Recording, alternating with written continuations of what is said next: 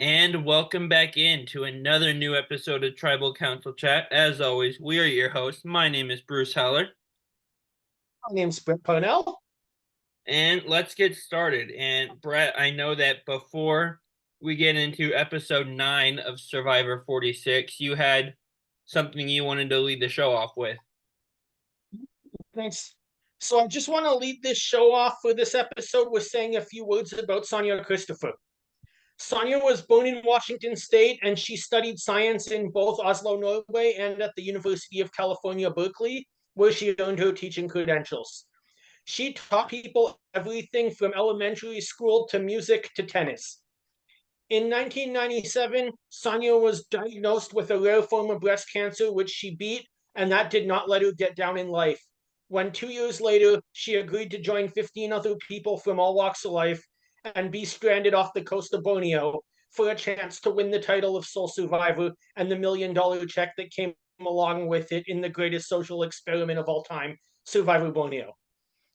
While she did not win, Sonja will always be known for two things: playing Bye Bye Blues on her luxury item ukulele with Richard Hatch on day 2, and being the first ever castaway to hear the words "The tribe has spoken," said by Jeff Probst. Sonja played the game wanting to win the $1 million to donate to the Utilitarian Universalist Church of Mount Diablo, California, where she sat on the board of directors and wanted to build a new facility. She only received $2,500 compensation for her 3 days on the island. She donated it to her church and actually fundraised the million over the next 7 years. Sonja would remain a lifelong Survivor fan and offered her thoughts to Survivor Press outside the game, including her impressions on Tony Vlachos's win during Survivor 40 Winners at War. This morning, 27 years after her cancer diagnosis and 25 years after being marooned in the South China Sea, Sonja passed away at the age of 87.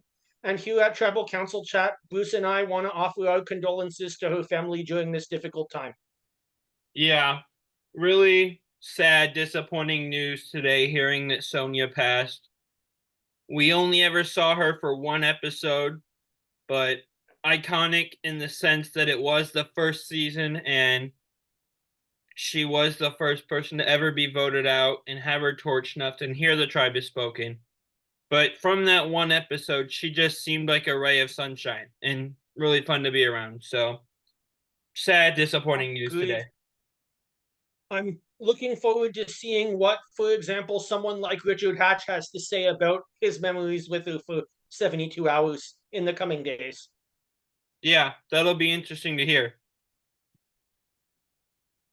So after that, let's move in to our episode because we have episode 9 of Survivor 46 entitled Spicy Jeff to talk about. Starting with that, Bruce, who's your player of the week? So until he got voted out, I was about to write Hunter down on my notes for this because they've been saying forever that when he doesn't win immunity, he's gone. He didn't win immunity. He almost wasn't gone. And for a second, I thought he was going to not be gone and keep his idol. But he got voted out, so I couldn't put him. So I pivoted to Tiffany, who kept her idol, was going to be the target, but just by simply saying to one person, not everyone, oh, I might just play the idol to get rid of it. I don't like the target it puts on me. And any of the votes that were going to go on her, which would have been a majority, were gone. She's still in the game, received 0 votes, kept her idol. And on top of all that, I think not only her reassurance to Hunter directly to his thousands of questions at Tribal, but also really playing up and emphasizing her anger at Q reassured Hunter into not playing his idol. So I'm gotta go with Tiffany this week. Excellent decision. She definitely had a great episode. Didn't play the idol, and we're going into the last third of the game, so that gives her, Tiffany, a lot of power. And I really think she's a contender to win. So I For love sure. that pick. I'm going to cheat a bit here if you don't mind. And I'm going to go with two players, and that is Liz, as well as Venus. Um, the reason I went with two of them is because Hunter made a huge mistake, in which case he told two players at the same time about his idol that he isn't working with. And that's one mistake you don't want to make in Survivor. So when he told in the same conversation Venus and Liz that he had his idol, and then they instantly go and spread that to the rest of the tribe, I'm like, Hunter just sunk his own game. Uh-huh. And they played perfectly in their case to keep themselves in the game and give them both more power when both Venus and Liz have been kind of seeing like they might be in the bottom third of the tribe for the last couple of weeks. Totally agree. Those are good picks. Let's move into this episode. And the first thing I want to talk about is the return to camp and Q's entry after asking to get voted out. What was your thoughts about this before I go into it? I I sat here and said last week that Q put himself on the bottom and that he sunk his own game and probably sunk his trio with Kenzie and Tiff.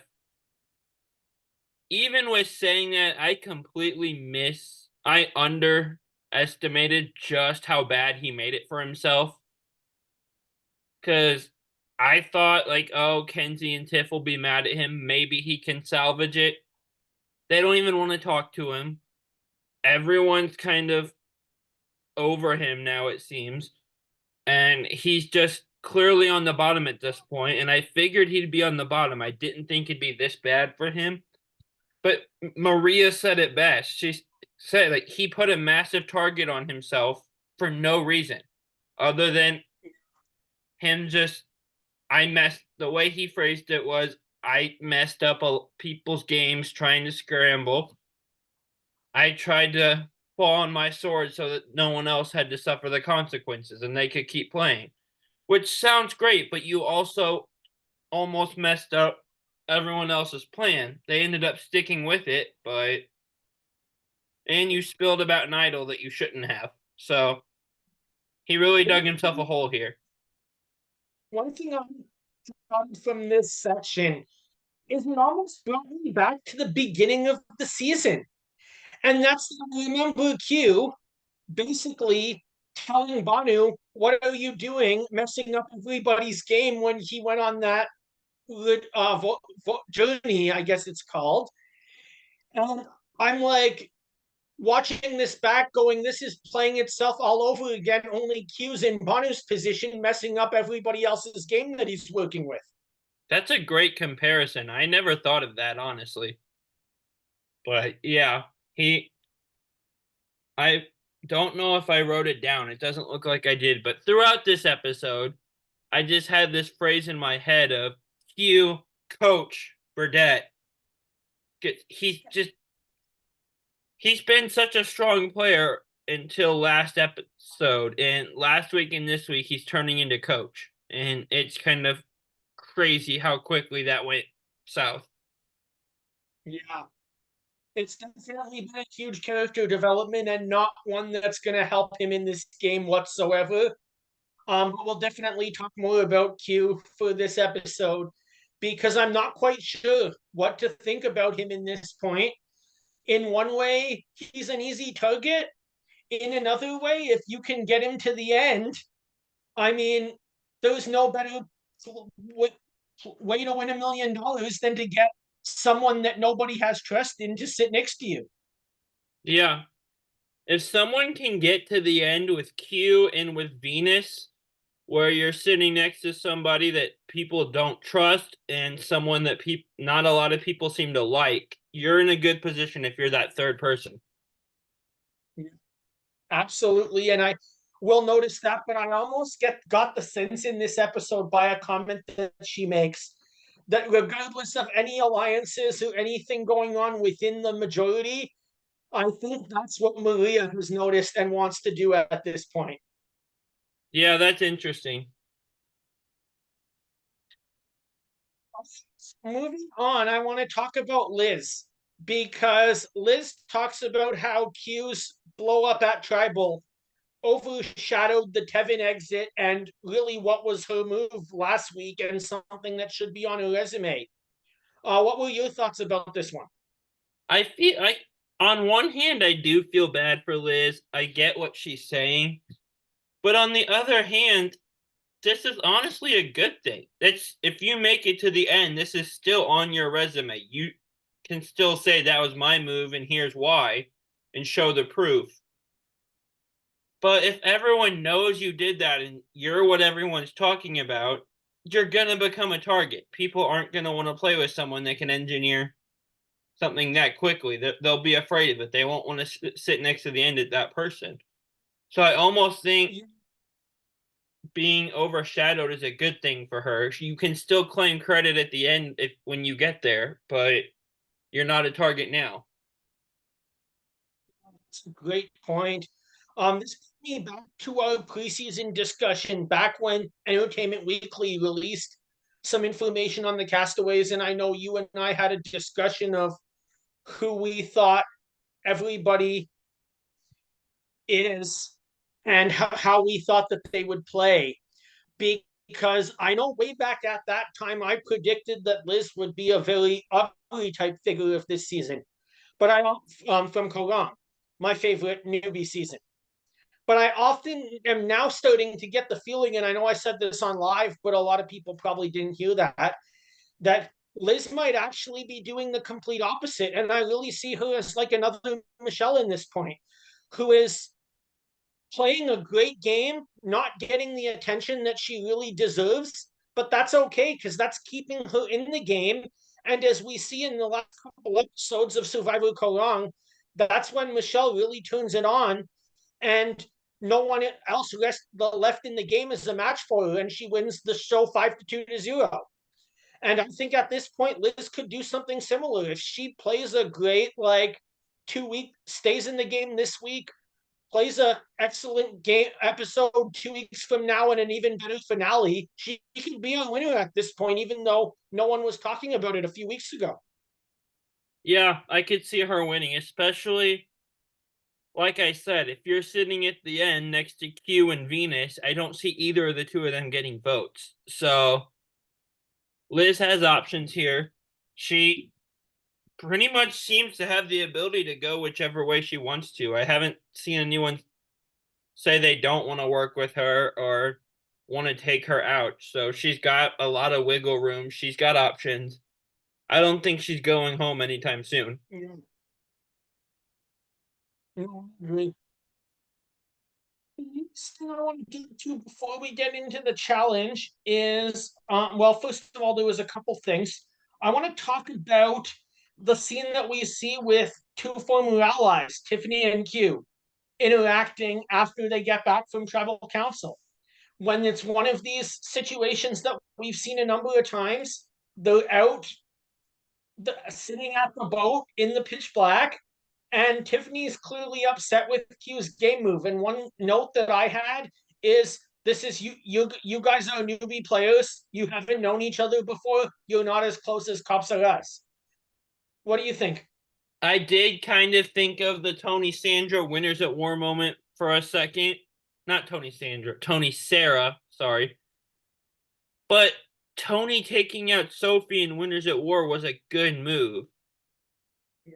Sophie was Tony's top ally was Sarah, and it seemed to me as a viewer like Sarah was drifting towards being closer to Sophie than Tony, as well as Sophie probably being in the best position of anyone out there at that point. So Tony had the luxury of just being able to explain why it was a good move, and Sarah understood.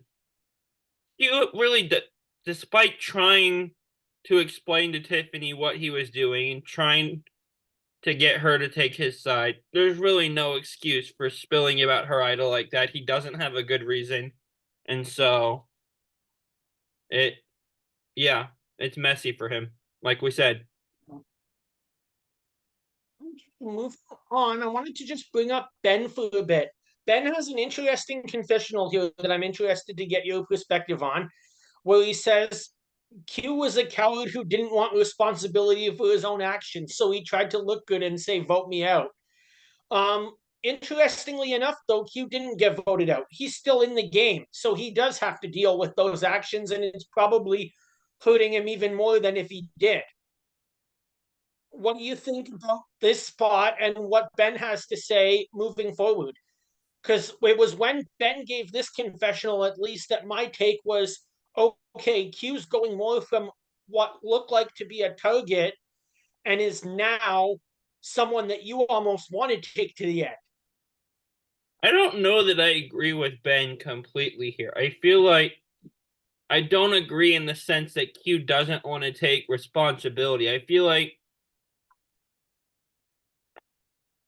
from what he said, him scrambling was making things messy. He felt like he was messing with people's games. He tried to fall on his sword so that other people could play their games.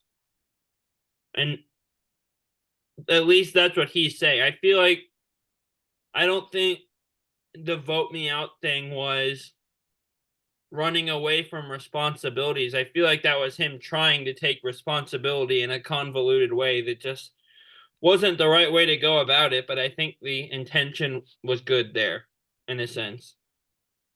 Makes sense. Yeah, I'd agree with that. Okay. Anything else you want to add before we talk about tree mail? No, go ahead. Yeah. This was a really interesting challenge because they get tree mail telling them to break in the teams of three. But some previous seasons, this almost took me back to the obstacle course way back in one of your favorite seasons, Survivor Australian Outback, where unlike what a lot of what we see, tree mail tells them to make their own teams. But unlike in, say, the Australian Outback, where Jerry has a really infamous quote of, "No, I think we should just pick other players," and then she's asked by the tribe, "Who would you pick?" And Jerry says, "Oh, I would pick Colby," and everyone says, obviously, who wouldn't pick Colby? In contrast, um, this tribe actually seems to make their own teams without having to do anything like drawing rocks or picking the shortest straw or anything like that. And at least from what we hear from Jeff in a few minutes, they have a really unbalanced team as far as the social politics go of this game, and nobody seems to care. Yeah, a couple notes I have from the team selection are Kenzie and Tiffany immediately team with Ben, and we see this kind of throughout the rest of the episode. But I feel like Ben has a really good opportunity and chance here to take Q's position in that trio. Absolutely. And with Tim being voted out a couple weeks ago, Ben is kind of in that position where if it did get to, say, the Sega 5 in the final six, final seven, he'd probably be the odd man out. Yeah. And based on what we see in the strategizing that we'll get to after Tribal, I feel like that is what's happening. I feel like Ben is replacing Q in this Yanu trio because the two girls seem to work with him really well. So, yeah. And then Charlie and Maria end up with Hunter. Q doesn't want Hunter around in challenges, and he legitimately tries to convince Charlie to throw one of the first couple rounds of the challenge so that Hunter can't win immunity. Yeah. And this was interesting. This brought me back to a comment that I made last week about sitting out for food. And what I thought of right away was, Q, come on. All of these people are supposedly super fans that they're casting now. Nobody's going to throw a challenge. Yeah. It's not the era where they were casting recruits, and for recruited people, throwing a challenge could be how to get talked about in the press the next day. Yeah. And one last little interesting quote they threw in here right before the challenge was Maria says, Tiff says she wants to work with me, but she doesn't tell me anything. I need her to go home with her idol. So they're kind of hinting at us what's going to happen after the challenge, before the challenge even starts. Yeah. So what were your thoughts on the challenge itself? Before we get into that, I just want to, well, let's talk about the start of the challenge as we bring this up. Like I said, there seems to be one team that's the three players that, at least from most people's ideas, are on the bottom here. And that's that instantly Q and Venus get put onto a team together. I think this was necessarily their choice. It just happened. And clearly we can see, like we were just talking about earlier, nobody trusts Q, and Venus seems to be unlikable within this group. And then Liz, who's made a couple of really big moves lately, but hasn't got credit for them, gets stuck with them. Yeah. And I think Liz is in a far better spot than the two of them, but she seems to be the odd woman put on to that pair, which doesn't bode well. And then we see this comment, I think, not where we get the title from. The title comes from Tribal, but really the first appearance of Spicy Jeff deciding that he's going to place a wager on who's going to be the first team out of the challenge. Not something we usually see Jeff do. Yeah, he just flat out says, I think this team will be out first. And they weren't, so that made it even better. But and I had that in my notes that I'm like, Jeff decides that he's going to make such a statement, and good on Liz, Venus, and Q. The three of you proved him wrong. I also love, right when we get to the challenge, Liz quietly mouthing along as Jeff says immunity is back up for grabs. That was hilarious to me, just that little thing there. Love that. But the challenge itself was really interesting. It was. And also, I really like this idea because we do see both of these challenges frequently in the new era.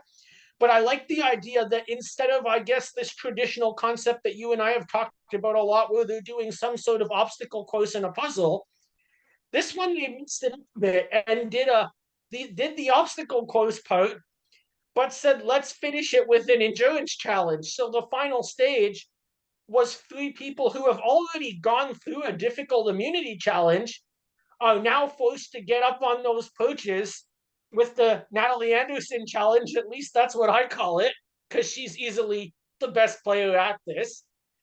And put themselves through an endurance challenge where you're holding on to that pole and being on that very small perch for as long as you can right after competing in the obstacle course, which was certainly enough to weaken the players before they even started. Real quick, you, along with our audience, knows how much I love Natalie Anderson. My favorite winner, easily.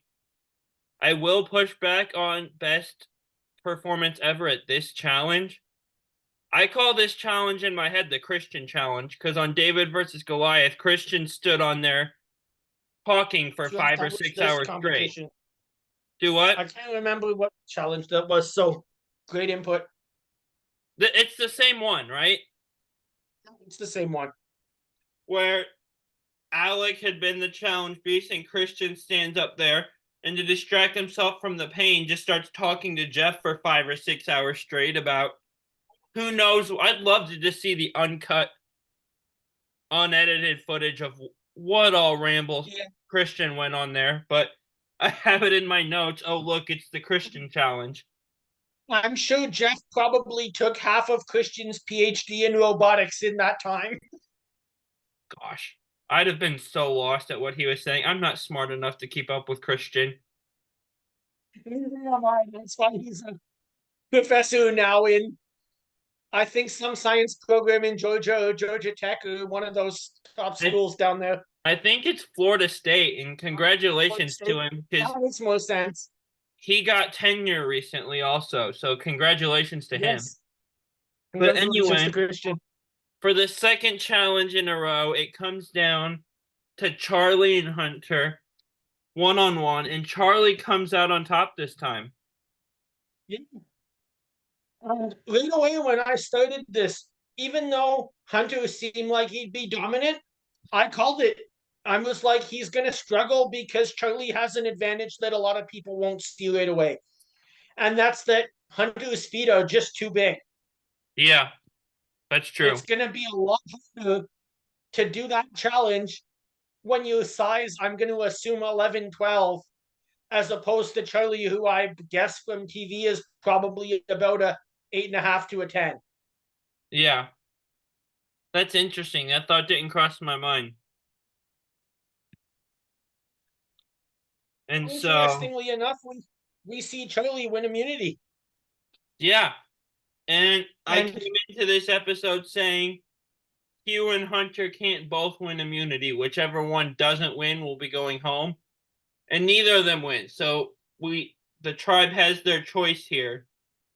Both of the top two targets are available. They get to choose.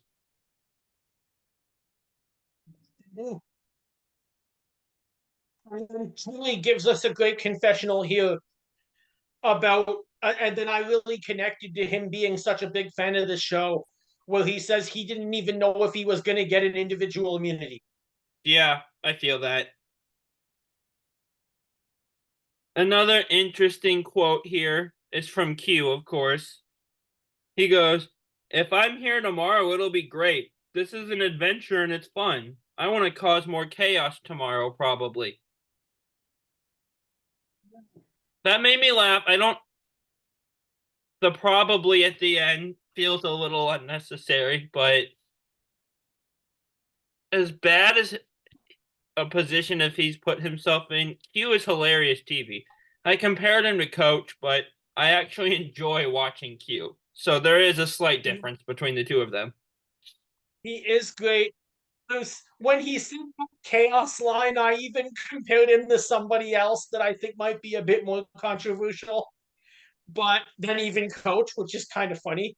But the moment thing that I went is he doesn't even think he can win anymore, and he just wants to be known. This is like watching Amanda on the challenge.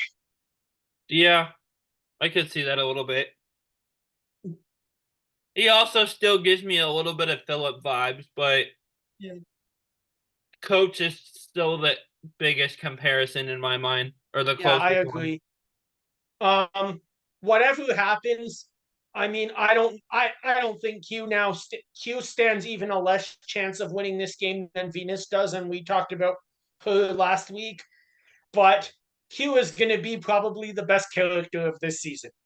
Yeah, for sure. He's wild, and I love it, and I'm here for it.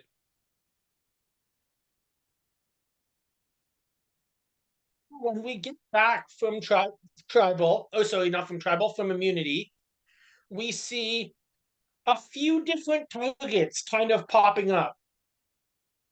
Q was being targeted for his antics last week and even at camp. Hunter is a physical threat. Venus is unlikable and her name's out there. So really, this tribal can go any way. And then on top of that, you've got the two obvious targets you mentioned. Then we have this scene I have written down here where at camp and at the shelter, Venus and Kenzie both decide that they want to see a blind side this week. Yeah. And then right after that, Kenzie approaches Maria, Charlie, and Hunter about taking out Tiffany. And what I have written down here is I like this idea, but who is her top ally and her go to if she takes Tiff out? So that's a great point. I think that if she didn't pull it off, so we don't have to worry about it. But if Kinsey did take out Tiffany at this point, I almost think, and I know you kind of brought this up earlier with this comparison, but it almost seemed to me like it would be another War Dog and Kelly Wentworth. yeah, It's not a big move, but it would be way too early. yeah. I could also see maybe her and Ben gravitating towards each other. They seem to have a great chemistry working together, but I would love to. I think that'd be a great move for Kenzie to take out Tiffany. It's like you said, it's too early. And I think the fact that it fell apart almost benefits Kenzie in a way. But Absolutely. If watch for it though, and this goes for both Kenzie and Tiffany. But if one of them can take out the other one at maybe 5 or 6, like early on finale night, then that's a good indication that the other one that stays in the game is going to win. yeah, for sure. And we also see a scene after this where Maria is disappointed that Kenzie brought up the move to take Tiffany out before she could.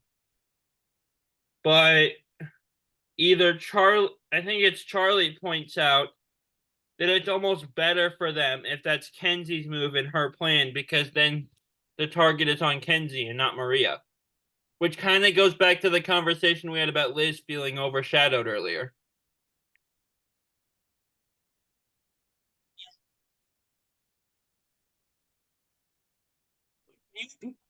So it's just cut out for a bit. No, you're fine. I was saying that Maria being disappointed was originally disappointed about Kenzie bringing up Tiffany, not her. Reminds me of Liz earlier, and it's like Charlie. I think it was Charlie pointed out. It's a good thing that you don't get credit at this point in the game. That'll put a target on you. Exactly. You want to avoid being targeted for at least a couple more weeks when there's just no room left. Yeah. And Unless that you're Jake brings on me 45, who just gets targeted every week and somehow still makes it to the end. Yeah. And that brings me to another point I wanted to bring up Maria in this episode, because I think she has a really interesting comment when at least at a time where it looks like it might be Q. And Maria says, people want Q out because of last week, but I have bigger fish to fry. I Yeah. thought that was really interesting because Maria is at this point, this is the first time I see it that I'm like, we are in the final third, and Maria's not thinking about this vote. They're all playing checkers. Maria's playing European football, where you have to think 10 moves ahead. And she's thinking about how she's going to actually win this game. Oh, soccer. Sorry, I was trying to figure out what you meant for a second. Um, See if you caught on to that because I know those when I call it football, it pisses you. I really don't care. I No, always I'm say just joking. soccer when you do that because same reason. I know that annoys you also. But you added European football this time, and that threw me off. Because I'm so used to hearing checkers and chess, and you said European football, and for some reason my mind went to rugby. Because a rugby ball is Fair kind of enough. like an American football. So I'm dumb. You and the audience are used to it. Nothing new here.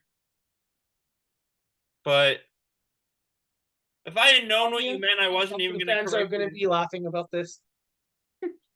If I had known what you meant, I legitimately wasn't even going to say soccer that time. I would have just moved on. But yeah, I got confused for a second. I started thinking of rugby. So That's okay. shout out to rugby. What you guys do seems interesting.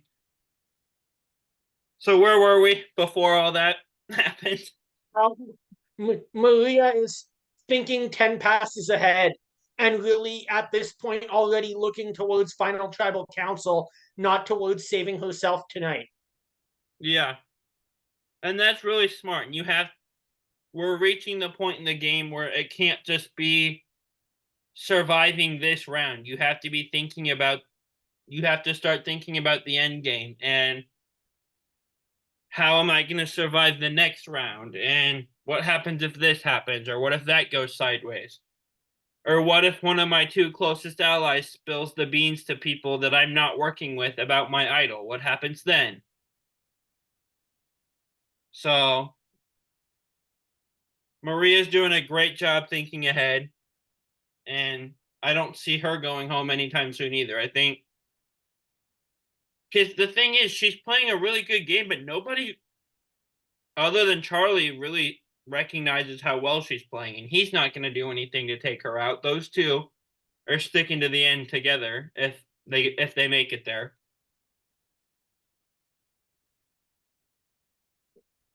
Yeah, absolutely. They've been a duo the whole game, and that's probably Maria and Charlie are still probably the most tight alliance that we see, especially with Kenzie and Tiffany maybe looking at blindsiding each other this week. Yeah, for sure. And so what's interesting is, so at this point, the plan is Tiffany. Tiffany says to one person, and in a few minutes, I'll explain why I'm emphasizing one person. But she says to Charlie that she may just play her idol, get rid of it, get the target off of her, and says that to Charlie. And Charlie goes and tells the crew that's voting for her, and they switch to plan the hunter. But Charlie says not to tell Q and Liz that the plan is Hunter, and that's interesting to me.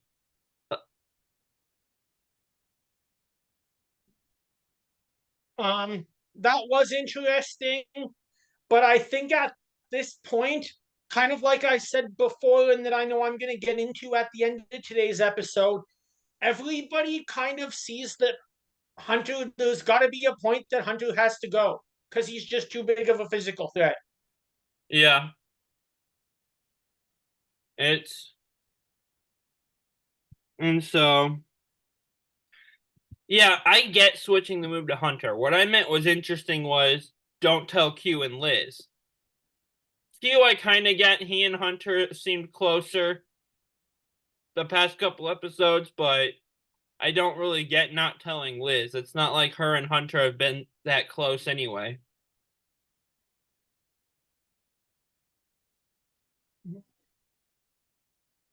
You're right. So the next note I have here, and then is we see Ben tell Kenzie, no, maybe Hunter. I think it's Hunter tells Kenzie, "You're my number one," and we've seen so many people tell her that they trust her and want to work with her.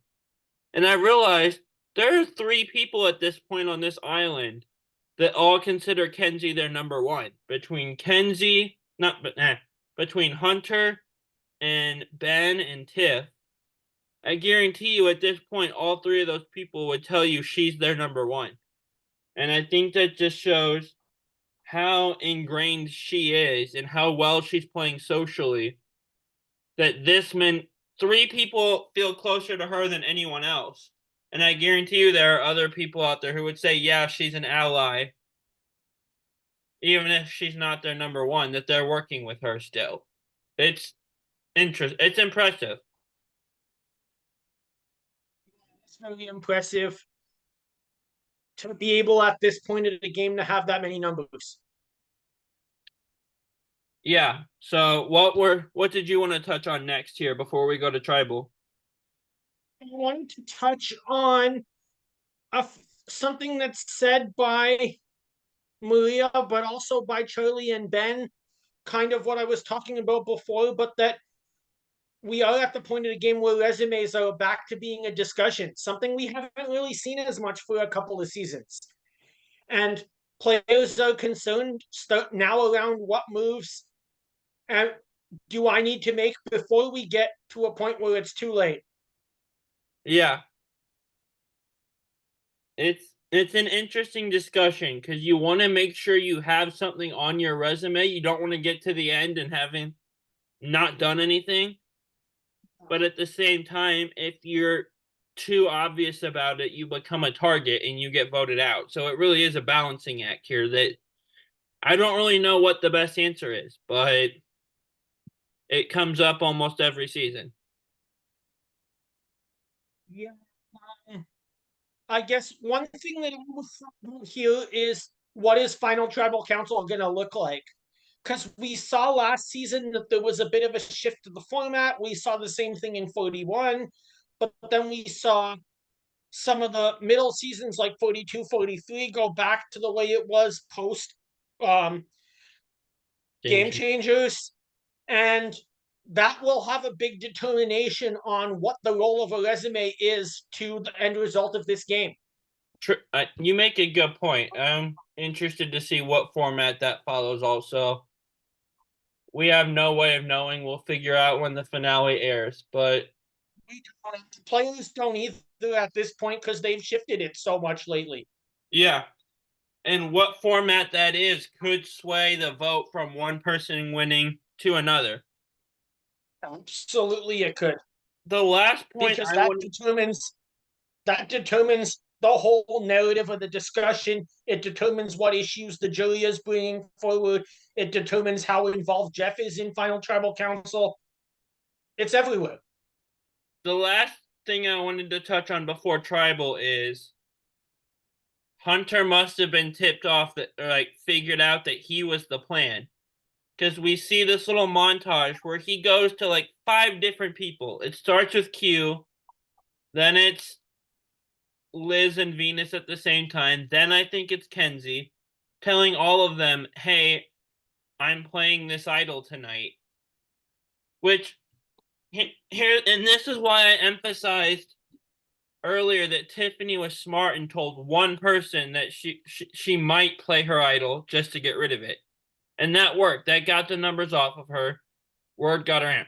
By Hunter himself, if he wants to tell Q, his ally, hey, I'm playing this, let them all vote for me, we'll vote for Ben, that would have worked fine, and Ben would have gone home.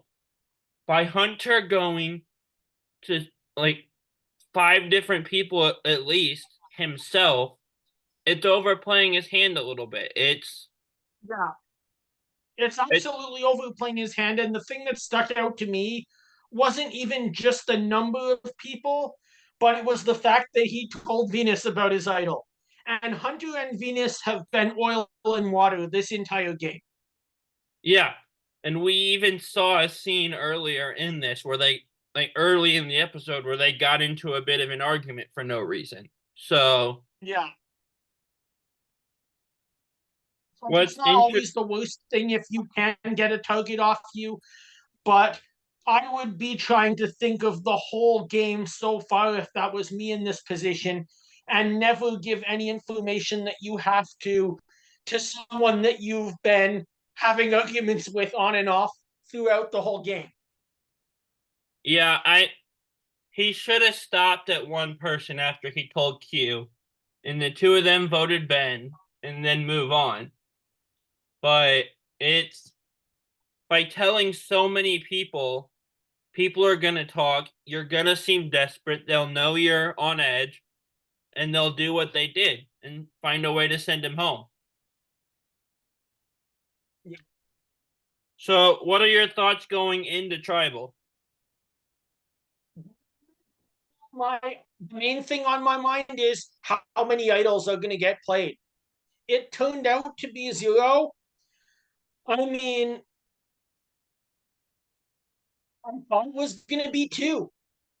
I was convinced. I didn't know if Tiffany or Hunter was going to break the ice, but I said one castaway is going to play the idol, the other one is going to feel threatened and play it too. Because if somebody plays an idol, you've just limited the amount of options who can possibly go home. So you better protect yourself. Yeah, But I in thought this they case, both were. they both hold on to it. Yeah, and it works out for Tiffany, doesn't work out for Hunter. And this was a fun tribal. You've got Jeff pulling out a seat cushion and popcorn at the beginning of it. You've got That's where Jeff comes from. You've got Ben being just quintessential Ben in saying the phrase outwit, outplay, outlast, outshred. Just that's a very Ben way of saying things for some reason. And you've got Tiffany and Q just start beefing and arguing all out right there in front of everyone, which was 100% real. But after the vote, you can't help but wonder if Tiffany was doing that to also make Hunter feel more comfortable. Absolutely. One thing I just laughed at, completely funny side note here, but related to the popcorn that Jeff had, where we do see that everybody in the tribe gets a couple pieces of popcorn, and that was great. But and also the fact that Liz can eat popcorn was even better to see. Yeah, good for But her. what I thought was hilarious was on Twitter, I saw something that I have to bring up at this point. Because I know you and I have talked about this Eliza Orland's debate that has been going on the new era for the last couple of days. But I think it was a fan, but somebody got involved in Eliza versus Yam Yam, or Jam Jam, my bad, and said, back in Australian Outback, they had to make their own popcorn. Yeah. I also saw a comment somewhere because ever since the new era started, Eliza has just constantly been bashing the 26 days, and these winners have an asterisk next to them. No, they don't. But anyway, that's her take. But as long as we're saying that only the longest game matters, Australian Outback was 42. So by Eliza's definition, Tina should be the only winner that ranks over everyone else if we're only counting how long people lasted. I saw someone say that, and that made me laugh. Yeah, taking a position on it because I think there's some pros and cons to both arguments, but I just thought that was hilarious because it took Yeah, me back to when Alicia Calloway realized if we cook the chicken feed, we can make popcorn as a reward, even though it was meant for the chickens to eat. yeah, that was hilarious. I got sidetracked on the amount of days thing there. Honestly, I see both sides of it. I like the new era game. I think we saw one of the most dominant games ever played last season. But yeah, I love that about the popping the chicken feed. That's hysterical. That makes me laugh every time. I'm probably gonna go look it up on YouTube after we finish recording now. But wrapping up tribal, just a crazy tribal. And like I said, up until Hunter got voted out, I was about to make him my player of the week. Yeah. So moving into our power ranking segment, all season, you and Brett and I have been doing a top and a bottom. And at the premiere episode, we said there would probably reach a point in the season when numbers got down where we would do a full ranking. And now that we've got 8 people left, that time has come. I have two separate lists because I guess we didn't really talk about how we're going to do this. But what are we ranking? The most likely to win the game or the least likely to go home next show I just at did top? it 1 through 8, who I thought was in the best position, all the way down to who I think is in the worst position. So the position for right now. Yeah. Let's do that. Do you want to go first? Yeah. So am I going through the whole list, or are we going who we have at each One number? spot at a time. So We'll number each 8, do our one, then are we we'll each starting do at 1 or who's. 8? Let's start at the top, go through who we think's in the best spot, right down to who we think's going to go home. Okay, my number 1, and I've been saying this for a few weeks that this person is going to win, is Kenzie. She's been on fire lately. She has a great episode this week. And she's just so insulated by being liked and trusted by so many people. I don't see a way she gets voted out anytime soon. Because everybody wants to work with Agree. her. They all trust her as their number. I agree. She's playing the best social game so far. I'm not 100% convinced that she's going to win just because she could be a huge threat. at the beginning of the finale, kind of like the way a Ricardo or Lindsay were in the early part of the new era. But I definitely think that she's going to be fine this week, and she's in a great spot. So I agree, put Kenzie number one. And we did have a few people early in the new era that we came into the finale saying this person's too big of a threat. There's no way they let them reach the end. But more recently, just last season, we had someone who not only anytime we saw them in an episode say that person has to go home, they then went home that episode. But Dee also basically had everyone playing the game and making moves that were in her best interest, even above their own. And they let her get the final three. So maybe two in a row where the biggest threat makes it to the end. That'd be wild. And if they do, hopefully she wins it. I'd love to see those two on the same season. That'd be interesting. Dee and Kenzie.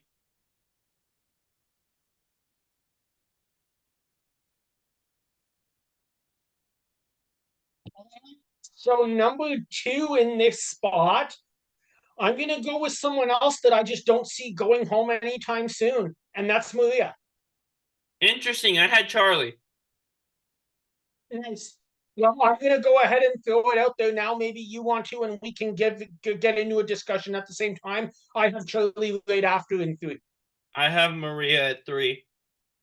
They're interchangeable to me. I had to put them in some sort of order. Let's talk about both of them. And sorry, I'm just getting some. I'm trying to look at my list, and I'm getting some harassing messages from a former colleague at the same time. So I'm just trying to ignore Twitter or Instagram while still looking back at my notes. My bad if I seem distracted for a second. No, you're good. Some people like to fight about politics at all hours of the day. But no, I think Charlie and Maria have been this strong duo. They are connected to each other from the beginning of the game. I don't really see that breaking. If they're not together at the end, it's going to be because one or both of them get voted out by another alliance. But they're playing a very similar game and are really, like you said, interchangeable in this spot. And I think they're both in a very safe point to at least make it to our screens on finale night. And both of them have a decent percentage chance to win. I totally agree. And so who do you have it for?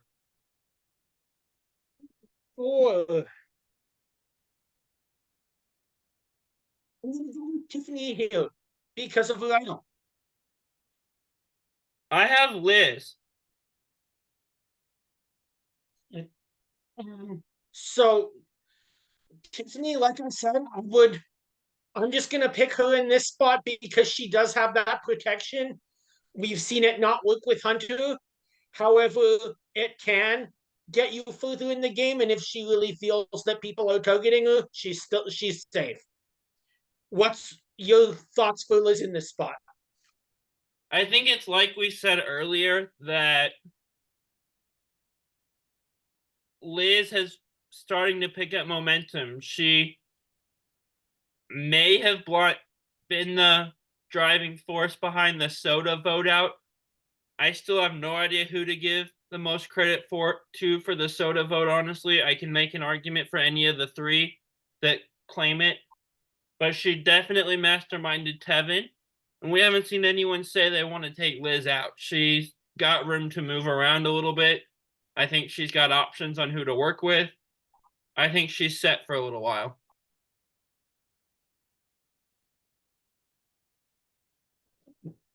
Moving on to a spot in 5, and I'm going to put this out because you just gave this point very well said. I'm going to put Liz here. I have Venus. Interesting.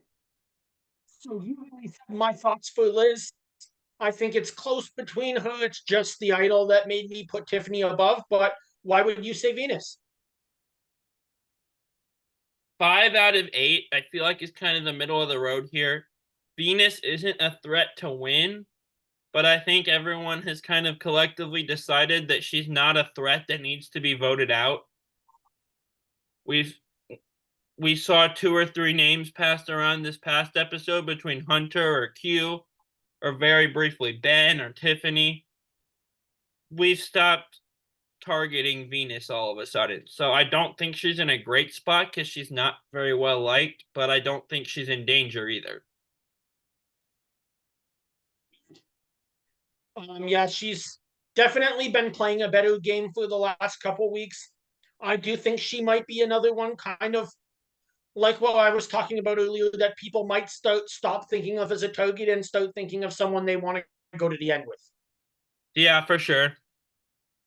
And that's why here in sixth, I have Venus. Yeah. So who do you have at Who's your 6? sixth? My 6 is Ben. And I don't have him at the bottom because I think there's hope that his game could get better. It seems like him and Kenzie are getting close. And like I said, if Kenzie decides to stick with Tiffany, I think Ben is taking Q's place in that Yanu trio. So, but we did still see his name come up this past episode. And we saw Q throw a random vote at him. So I don't think he's in a great spot, but I think his game is trending upwards from where it was an episode or 2 ago.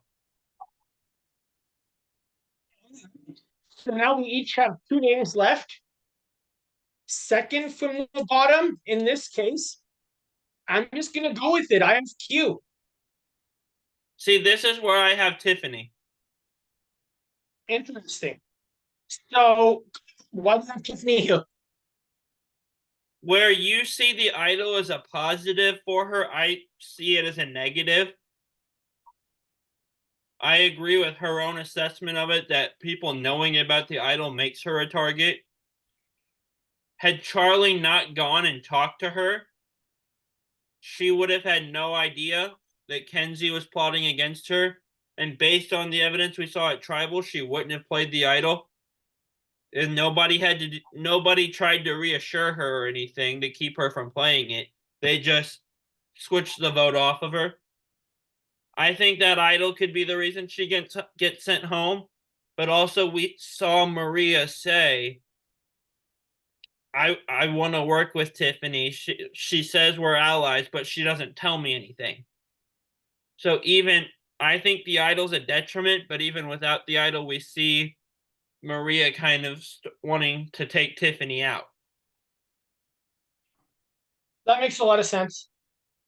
In this spot where I said I went with Q, it's easy to say that Q's in the worst spot.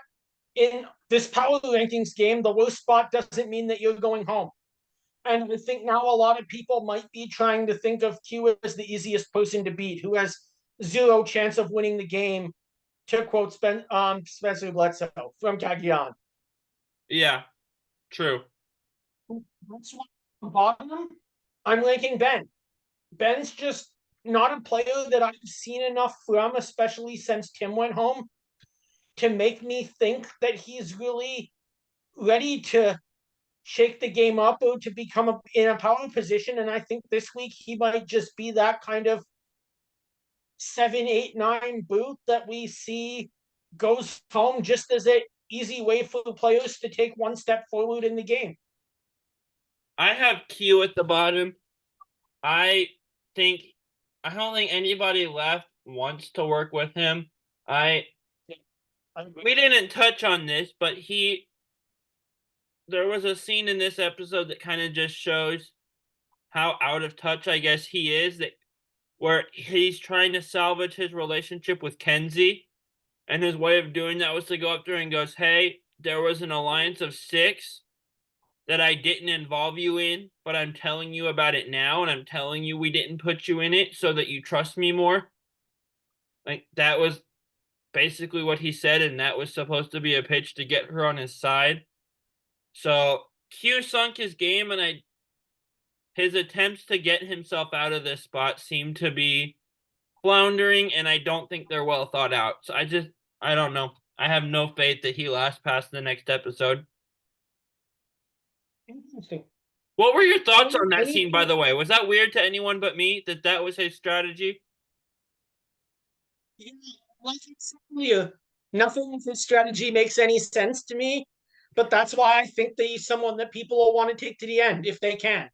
I don't know if he's going to be someone they can take to the end because, kind of like I was saying before, I see more Venus to be in that Nora spot of someone that you could get to the end with and get 0 votes.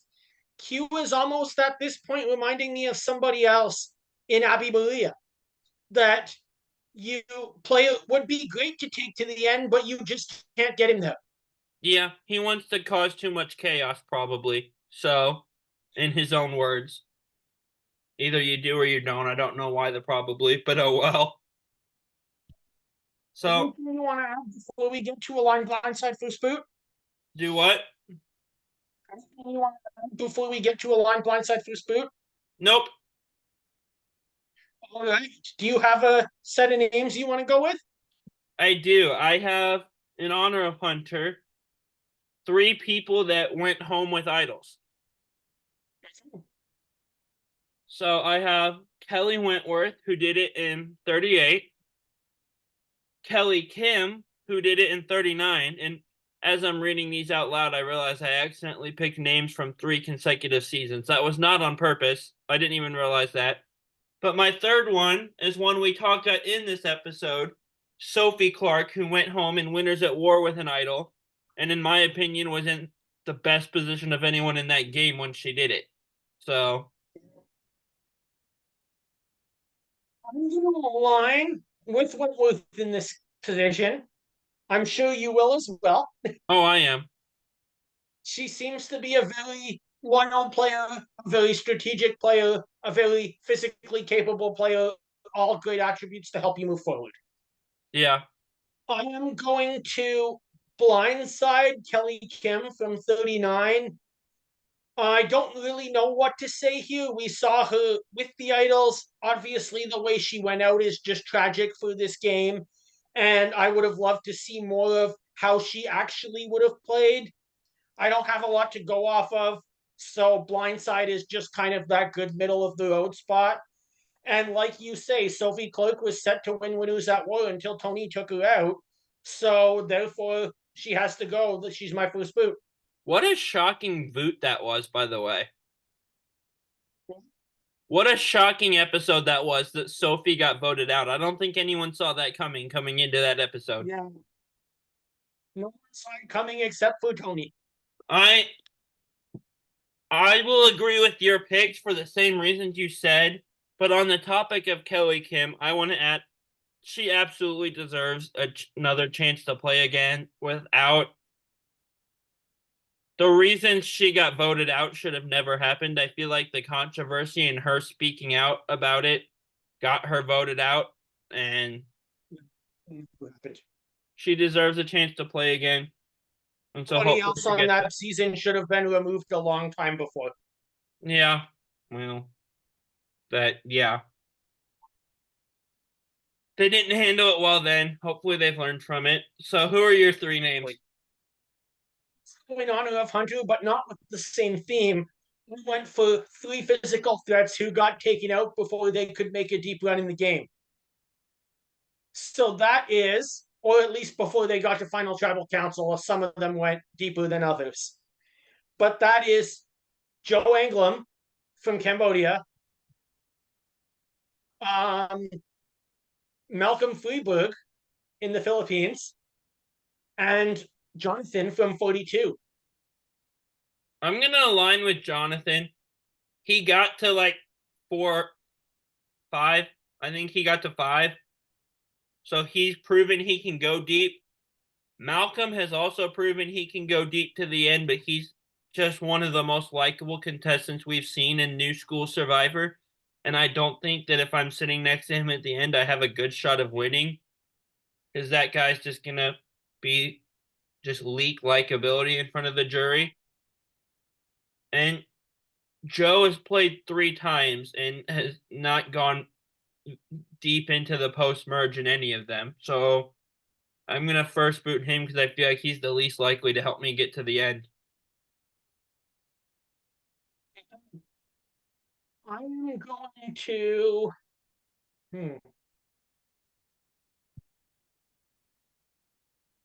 I'm going to first boot Malcolm because of like what you said. He's probably the best social threat of the three. He's a very physical player, but he's probably the best gifted at the game, not in a physical sense, but also in a strategic and a social sense. I'm going to first boot. Oh, sorry. I'm going to blindside Joe because what's unique about Joe's game in this spot? We've seen him dominate and dominate and dominate, but then we do see challenges that he can't do where he loses, and it's the perfect chance to send him home. And that leaves me to align with Jonathan, who has shown, despite say having this kind of love hate brother sister relationship with someone like Lindsay, that he can work with his tribe all the way to the end and get them to the finals. And in his case, he wasn't there because Romeo won immunity, but he could have just as easily been in the final. But was really committed to what he started with, and that's not something you often see from challenge the threats. Yeah, I'd agree with that assessment. Well, this was a great week. Looking forward to next week's episode that's coming up on Wednesday, and then we'll be back here next week. Yep. Grab your torches, head back to camp. Bye, guys.